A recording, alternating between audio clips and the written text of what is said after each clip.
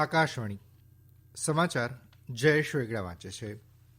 સૌપ્રથમ મુખ્ય સમાચાર.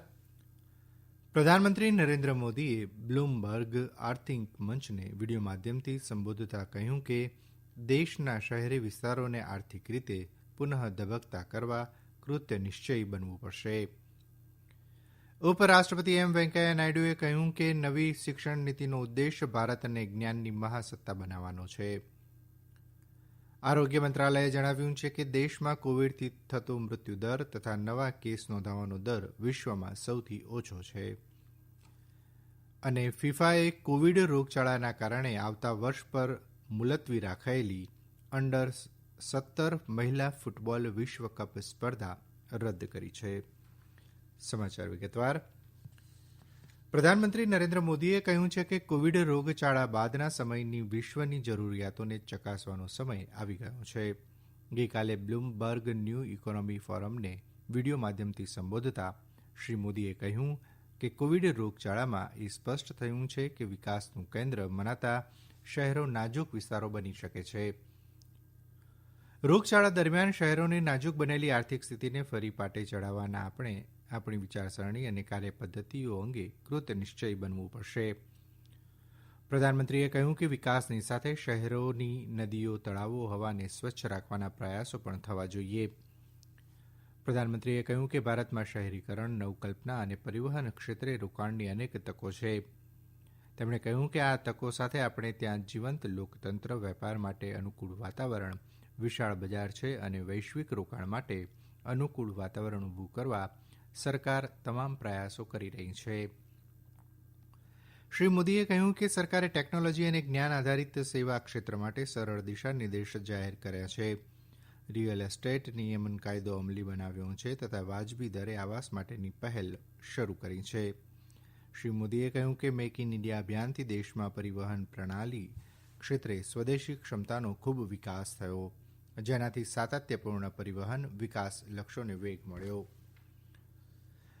ઉપરાષ્ટ્રપતિ એમ વેંકૈયા નાયડુએ આજે કહ્યું છે કે નવી શિક્ષણ નીતિનો ઉદ્દેશ ભારતને વિશ્વમાં જ્ઞાનની મહાસત્તા બનાવવું છે. અગરતલામાં ભારત ટેકનોલોજી સંસ્થાનના 13મા દીક્ષાંત સમારોહને વિડીયો કોન્ફરન્સના માધ્યમથી સંબોધન કરતા શ્રી નાયડુએ ભારતને ફરી એકવાર શિક્ષણ ક્ષેત્રમાં જગતગુરુ બનાવવાની જરૂરિયાત પર ભાર મૂક્યો છે. તેમણે કહ્યું કે નવી શિક્ષણ નીતિમાં પ્રાચીન શિક્ષણ પ્રથામાંથી પ્રેરણા લેવામાં આવી છે, જેમાં વિદ્યાર્થીઓના વ્યક્તિત્વના સમગ્ર વિકાસ પર ધ્યાન આપવામાં આવે છે. શ્રી નાયડુએ ઉચ્ચ શિક્ષણ સંસ્થાઓ અને વિશ્વવિદ્યાલયોને આગ્રહ કર્યો છે કે તેઓ પોતાને જ્ઞાનના નવાચારનું જીવંત કેન્દ્ર બનાવે. તેમણે વિદ્યાર્થીઓને પણ કહ્યું કે તેઓ પોતાના જ્ઞાન, કૌશલ્ય અને દક્ષતાનો ઉપયોગ પોતાના વ્યાવસાયિક જીવનને ઉજ્જવળ, ઉદ્દેશપૂર્ણ અને સફળ બનાવવા માટે કરે. ઉપરાષ્ટ્રપતિએ કોર્પોરેટ ક્ષેત્રને આગ્રહ કર્યો છે કે તેઓ જુદા જુદા ક્ષેત્રમાં સંશોધન યોજનાઓની ઓળખ કરે અને તેમને પોતાનું કોર્પોરેટ સામાજિક દાયિત્વ માનીને પૂર્ણ કરે. આરોગ્ય મંત્રાલયે જણાવ્યું છે કે કોવિડ-19ને કારણે અન્ય દેશોની સરખામણીએ પ્રતિ 10 લાખની વસ્તીએ ભારતમાં થતા મૃત્યુની સંખ્યા સૌથી ઓછી છે. આરોગ્ય અને પરિવાર કલ્યાણ મંત્રાલયના સચિવ રાજેશ ભૂષણે નવી દિલ્હીમાં પત્રકારો સાથેની વાતચીતમાં જણાવ્યું કે ભારતમાં છેલ્લા 7 દિવસોમાં પ્રતિ 10 લાખની વસ્તીએ 3 લોકોના મૃત્યુ નોંધાય છે, જ્યારે વિશ્વમાં પ્રતિ 10 લાખની વસ્તીએ 8 લોકોના મોતના આંકડા છે.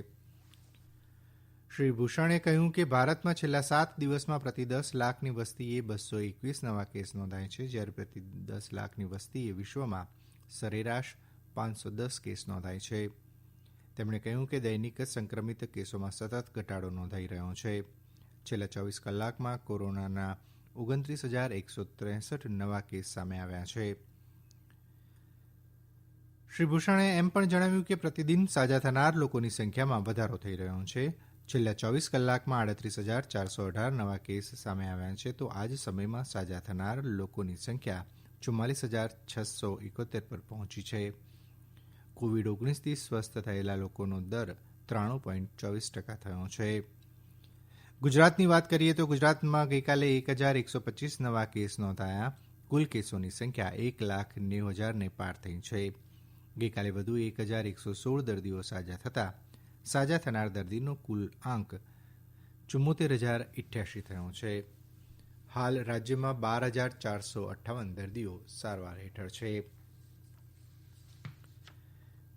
પ્રધાનમંત્રી નરેન્દ્ર મોદીએ અમેરિકાના નવા ચૂંટાયેલા રાષ્ટ્રપતિ જો બાઇડેન સાથે ટેલિફોનિક વાતચીત કરી તેમને અભિનંદન પાઠવ્યા છે. બંને નેતાઓએ ભારત અમેરિકા સહભાગીતા અંગે પ્રતિબદ્ધતા વ્યક્ત કરીને પરસ્પર હિતો અને પડકારો મુદ્દે વિચાર વિમર્શ કર્યો હતો.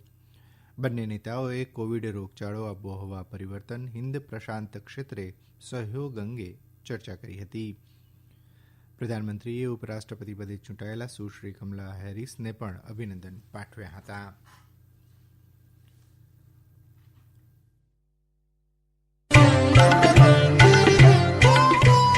કોવિડથી બચવાના મહત્વપૂર્ણ 3 ઉપાય: માસ્ક પહેરો, 2 ગજનું સલામત અંતર જાળવો અને હાથ સાફ રાખો. આ સમાચાર આપ આકાશવાણી પરથી સાંભળી રહ્યા છો. ઉત્તરપ્રદેશમાં વિશ્વવિદ્યાલયો અને ડિગ્રી કોલેજ આ મહિનાની 24મી તારીખથી ફરી શરૂ થશે. રાજ્ય સરકારે વિશ્વવિદ્યાલય અનુદાન આયોગ યુજીસી દ્વારા તાજેતરમાં જાહેર કરાયેલા દિશાનિર્દેશો મુજબ આ આદેશ કરવામાં આવ્યો છે.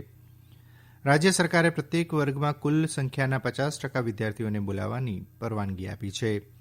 રાજ્યમાં કોવિડ-19 મહામારીને કારણે વિશ્વવિદ્યાલય અને કોલેજો માર્ચ મહિનાથી બંધ હતા. ઉચ્ચ શિક્ષણ સંસ્થાઓએ કહ્યું છે કે કેમ્પસમાં ભીડ ઉપર નિયંત્રણ રાખવા તબક્કાવાર વિદ્યાર્થીઓને બોલાવવામાં આવશે. વિશ્વવિદ્યાલયો અને ડિગ્રી કોલેજોમાં આવનાર દરેક વિદ્યાર્થીઓએ માસ્ક પહેરવું પડશે, સેનિટાઇઝરનો ઉપયોગ કરવો પડશે અને એકબીજાથી સુરક્ષિત અંતર જાળવી રાખવું પડશે. વિશ્વવિદ્યાલયો અને કોલેજોમાં થર્મલ તથા હાથ ધોવા અંગેની વ્યવસ્થા પણ ગોઠવવી પડશે. છાત્રાલયોને ફરી શરૂ કરવાની પરવાનગી આપવામાં આવી છે, પરંતુ ત્યાં પણ કોવિડ-19 અંગેના તમામ દિશાનિર્દેશોનું પાલન કરવું પડશે. દરમિયાન ઉત્તરપ્રદેશમાં કોરોના મહામારીને કારણે છઠ પર્વનું આયોજન સુરક્ષિત અંતર જેવા દિશાનિર્દેશના કડક પાલન સાથે કરવામાં આવશે. મુખ્યમંત્રી યોગી આદિત્યનાથે ઘાટોની સ્વચ્છતા તથા પર્વની ઉજવણી માટે વિવિધ નદીઓના કિનારે એકઠા થનાર શ્રદ્ધાળુઓની સુરક્ષા તથા સુવિધાઓને પૂરતા પ્રમાણમાં આયોજન કરવા અધિકારીઓને નિર્દેશ આપ્યો છે. દરમિયાન વિશ્વ આરોગ્ય સંસ્થા WHOએ કોરોના સંબંધી આયોજન બદલ રાજ્ય સરકારની રણનીતિની પ્રશંસા કરી હતી. ફિફાએ કોવિડ રોગચાળાના કારણે આવતા વર્ષ પર મુલતવી રખાયેલી અંડર 17 મહિલા ફૂટબોલ વિશ્વકપ સ્પર્ધા રદ કરી છે. આ સ્પર્ધા ભારતમાં યોજાવાની હતી. ફિફાએ અંડર 17 મહિલા વિશ્વકપ ઉપરાંત અંડર 20 વિશ્વકપ પણ રદ કર્યો છે. જો કે ભારત અને કોસ્ટારિકા આ રદ થયેલી સ્પર્ધાઓની યજમાની 2022માં કરી શકશે. અખિલ ભારતીય ફૂટબોલ ફેડરેશનના અધ્યક્ષ પ્રફુલ્લ પટેલે કહ્યું કે સ્થાનિક આયોજન સમિતિ 2022માં થનાર અંડર 17 મહિલા વિશ્વકપના આયોજનની નવેસરથી તૈયારી કરશે.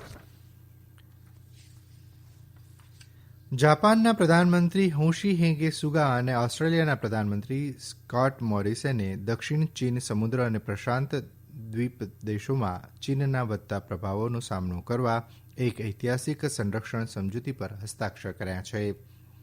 આ સમજૂતીથી જાપાન તથા ઓસ્ટ્રેલિયાના સૈન્ય વચ્ચે તાલીમ તથા આદાન પ્રદાન સરળ બનશે તથા સંયુક્ત કવાયતો યોજી શકાશે.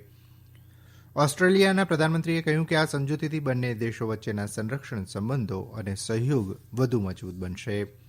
અંતમાં મુખ્ય સમાચાર ફરી એકવાર. પ્રધાનમંત્રી નરેન્દ્ર મોદીએ બ્લૂમબર્ગ આર્થિક મંચને વિડીયો માધ્યમથી સંબોધતા કહ્યું કે દેશના શહેરી વિસ્તારોને આર્થિક રીતે પુનઃ ધબકતા કરવા કૃતનિશ્ચયી બનવું પડશે. ઉપરાષ્ટ્રપતિ વેંકૈયા નાયડુએ કહ્યું કે નવી શિક્ષણ નીતિનો ઉદ્દેશ ભારતને જ્ઞાનની મહાસત્તા બનાવવાનો છે. આરોગ્ય મંત્રાલયે જણાવ્યું કે દેશમાં કોવિડથી થતો મૃત્યુદર તથા નવા કેસ નોંધાવાનો દર વિશ્વમાં સૌથી ઓછો છે અને ફિફાએ કોવિડ રોગચાળાના કારણે આવતા વર્ષ પર મુલતવી રખાયેલી અંડર 17 મહિલા ફૂટબોલ વિશ્વકપ સ્પર્ધા રદ કરી છે. આકાશવાણી પરથી સમાચાર પૂરા થયા.